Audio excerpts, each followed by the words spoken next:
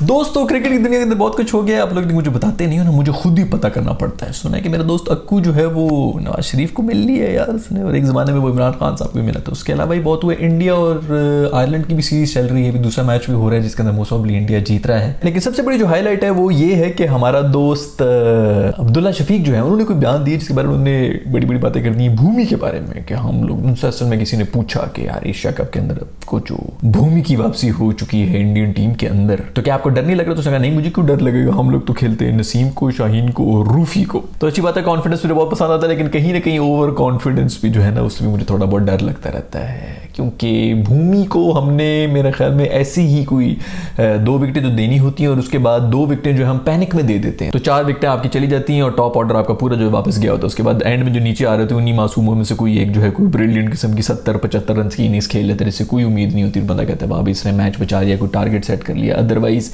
इसी तरह बड़े प्रेशर के अंदर आके हम 1-2 विकेटें भी अगर ऊपर से गवा बैठे तो नीचे जितनी जो है ना 2-4 तो पैनिक में हम वैसे ही निकाल देते हैं। तो बड़ी बात नहीं कहनी चाहिए। मैं वैसे पर्सनली जो है वो बड़ा इस चीज़ के ऊपर हो रहा था कि भूमि साहब बड़े वक्त के ऊपर वापस आए और क्या ही उसका कोई रिटर्न हुआ है यार, मतलब आयरलैंड के साथ मैच था जो भी हो, लेकिन पहले ओवर के अंदर 2 विकेटें लेके चला गया और वो यही था ओवर जिसकी वजह से वो लोग जीत गए, वरना डकवर्थ लुईस के ऊपर सिर्फ 2 रन से ही जीते, इनके आगे पीछे 2 आउट हो चुके थे और कुछ भी हो सकता था। तो वही जो शुरू में इसने स्टार्ट दे दिए थे अपनी टीम को, उसी वजह से जीत गए। मेरे ख्याल में कप्तानी भी यही कर रहे हैं, मेरा दोस्त पांडू जो है उसको साइड पे कर दिया गया है एंड राइटली सो। लेकिन ये अभी इसकी इंजरी विंजरी और पता नहीं उसका क्या सूरत हाल चल रही है ये भी देखना पड़ेगा, क्योंकि मेरा पांडू तो बिल्कुल टोटली फिट है। खैर एक और हाईलाइट भी है, वो ये हाईलाइट है कि हमारे बांग्लादेश के एक प्लेयर हैं, नईम शेख करके नाम है उनका, और उनकी कोई ट्रेनिंग हो रही थी, उनका जो माइंड कोच है वो उनको ट्रेन कर रहे थे ये एशिया कप से पहले उनको तैयार करने के लिए, और उन्होंने कुछ इस किस्म की उनसे हरकत करवाई है।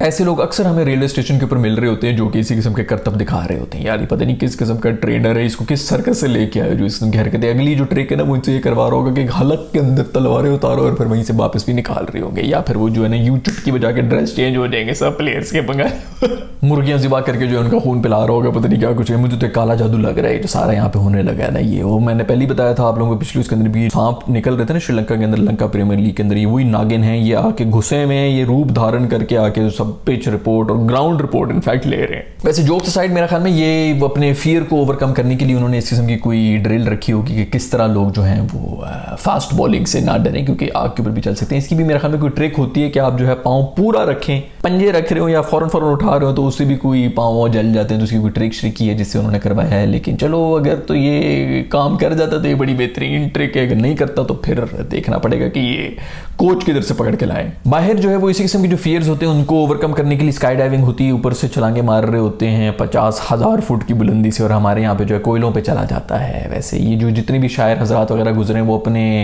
आशिक मशूकों के लिए मेरे ख्याल में इस तरह की हरकतें कर रहे होते थे कि आग के दरिया में से चल के जा रहे। खैर वो पिछली वीडियो के अंदर हमने ये भी बात की थी कि आकिब जावेद ने जो खूबसूरत किस्म का कॉमेंट किया है नसीम के बारे में, जिसके अंदर उन्होंने जमान को कहा है कि जमान नसीम शाह से ज़्यादा बेहतर बॉलर है, उसको टीम के अंदर होना चाहिए। बहुत ही छोटी हरकत की थी, उसके ऊपर नसीम शाह का रिप्लाई भी आ गया जिसके अंदर वो ये कह रहा है कि यार मैंने तो कभी अपने आप को किसी के साथ भी कंपेयर नहीं किया है, सभी मुझसे बेहतर है, मैं किसी से भी बेहतर नहीं हूँ। और मतलब 19-20 साल इसकी उम्र है बच्चे की, और इतना मैच्योर जवाब इसने दे दिया। हमारे आकिब साहब इस किस्म का कोई जवाब नहीं दे सके। हमारे जितने भी लेजेंड्स हैं उनके बारे में मैं पता नहीं कितनी एपिसोड्स में पहले भी बोल चुका हूँ, इसी किस्म की चुस्सड़ हरकतें इनसे करवा लो बस। अब आप देखें ना कि इतना बड़ा टूर्नामेंट आ रहा है, उससे पहले आप अपने जो स्टार प्लेयर्स हैं उनके कॉन्फिडेंस को किस तरह डेंट कर रहे हैं, क्योंकि इंडस्ट्री के अंदर आप जो मर्जी कहते हैं कि आकिब जावेद रिटायर्ड है फलाना ये वो, लेकिन वो जो पूरी एक जो सर्कल होता है क्रिकेट का उसके अंदर पता है कि यार ये कौन सा कोच जो है वो रिस्पेक्टेड है, कौन सा नहीं है। फिर ये बच्चे जो हैं इनको बॉलिंग करता हुआ देख के इनसे टिप्स वगैरह लेते रहते हैं, और कल को आपकी जो मेंटोर्स हैं वही आपके बारे में इस तरह बात कर रहे हो।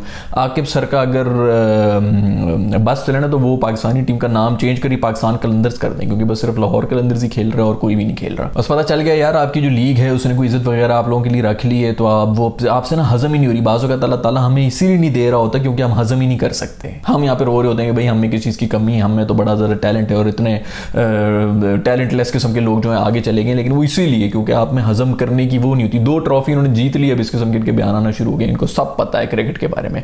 पहले मेरे ख्याल में बाबर आजम के बारे में भी इसी किस्म के बयान आ रहे थे हमारे लेजेंड के, और अब जो है वो नसीम शाह के बारे में। और उस 19 साल के 20 साल के बच्चे ने जो जवाब दे दिया है, उससे ये बड़े बड़े लोग जो हैं वो सीख सकते हैं कुछ। अभी बहुत से जो हमारी आवाम है ना वो ये समझ रही होगी नसीम शाह ने बड़ा बेहतरीन जवाब दे दिया तो इसने बड़ी अच्छी तरह से हैंडल किए, लेकिन ऐसी बातें जो है ना वो दिल में कहीं ना कहीं रह जाती हैं, वो आपको असर ज़रूर करती हैं। आपको ये लगता है कि नहीं बड़ा ज़बरदस्त जवाब दे दिया और बस ख़त्म हो गया। लानत तो वैसे उस रिपोर्टर पे भी है जो इस किस्म के क्वेश्चन पूछ रहा है। 3rd क्लास हरकतें तुमने करनी है। अगर उस बंदे ने इग्नोर कर भी दिया था इस तरह की कोई बकवास, तो उसके जाके पूछना उसके मुंह के ऊपर बैठ के कि आपका क्या ख्याल है इसके बारे में, यही बड़ी घटिया हरकत थी।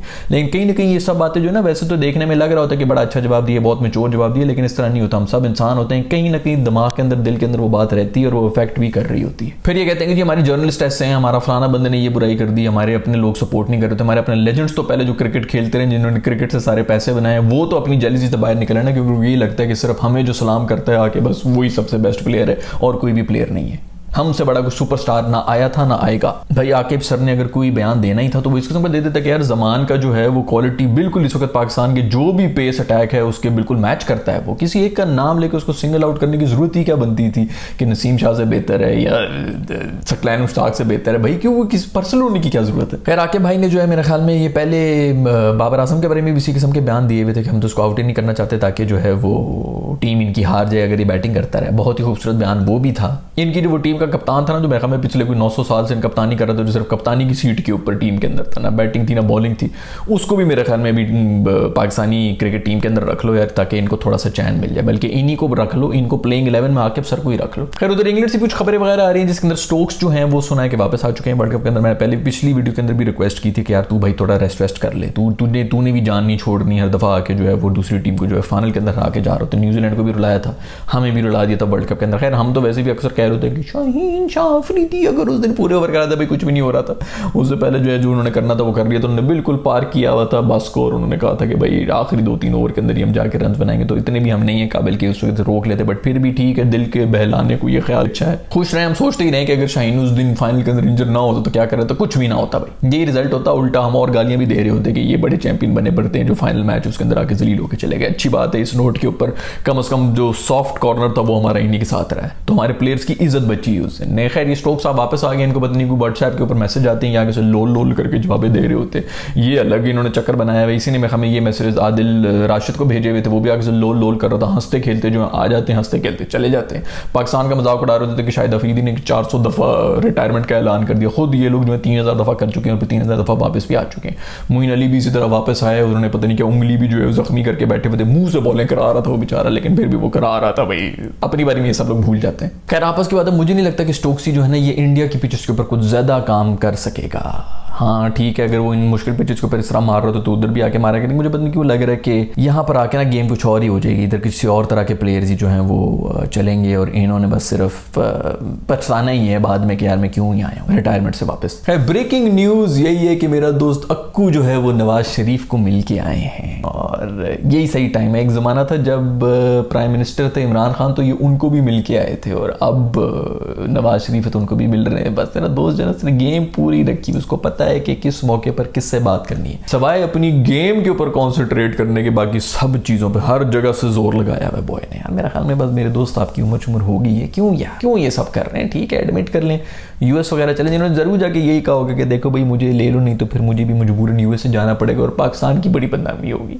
भाई हमने कम तो नहीं झेली, तेरी भी सह लेंगे यार, कोई नहीं, जिधर जाना है तूने अमेरिका शमरीका खटमंडू जिधर से भी खेलना है खेलो। बल्कि मैं तो कहता हूँ कि यूएसए की टीम में जो और पाकिस्तान के ऊपर आके सेंचुरियां मारो, टेस्ट के अंदर सेंचुरियां मारो। खैर अल्लाह सबके दिलों की मुरादें जो पूरी करे, इनकी भी जो भी मसाइल हैं उनको भी पूरा कर ले यार। बेचारे का अगर दिल है इतना तो उसको भी रख लो यार टीम के अंदर। हमारे बड़े बड़े प्लेयर्स हैं जो कि सिर्फ शक्ल की वजह से ही इतने 20-20 30-30 साल खेलते रहे हैं। बस वही होता है ना भाई, ये हुस्न परस्त कौम है, जो भी हसीन आदमी होता है उसको जो है हर फील्ड में परफेक्ट ही समझते हैं कि ये बहुत ही अच्छा आदमी है, क्योंकि हम 90s में पैदा ही हुए हैं इस किस्म के फिल्मों को देख देखते, जिसके अंदर सबसे खूबसूरत आदमी सबसे अच्छा आदमी होता था जो कि हीरो होता था, और सबसे बदशक्ल आदमी सबसे बुरा विलन भी होता था। तो हमारे दिमाग के अंदर कहीं ना कहीं उस सबकॉन्शियस माइंड में वो बैठा हुआ है, और हम इसी तरह देखते हैं कि जो खूबसूरत आदमी है वो मसीहा है और जो बदसूरत आदमी है वो विलन है, उसके ऊपर लानते भेजते रहो। तो खूबसूरती के बेस के ऊपर क्रिकेटर भी बनते रहे, लोग खेलते रहे 25-25 साल क्रिकेट टीम के अंदर खेलते रहे without even basic knowledge of the game. Match awareness नाम की कोई चीज़ नहीं होती थी जो कि इतनी इंपॉर्टेंट होती है इंटरनेशनल लेवल के ऊपर जाके, लेकिन फिर भी वो वो टीम के अंदर रहे बल्कि सुपरस्टार भी गए। खैर आज की वीडियो में इतनी बात करूंगा, और भी बड़ी खबरें आई हुई हैं जिनके बारे में मैं अगली एपिसोड के अंदर उनको कवर करने की कोशिश करूंगा, और जो मैचेस हो रहे होंगे उनके बारे में बात करेंगे। हमारी भी अफगानिस्तान के साथ जो सीरीज़ है वो भी शुरू होने वाली है, तो उसके ऊपर भी बात करेंगे। लेकिन मैं मिलूंगा आप लोगों से नेक्स्ट वीडियो के अंदर। अपना ख्याल रखिएगा।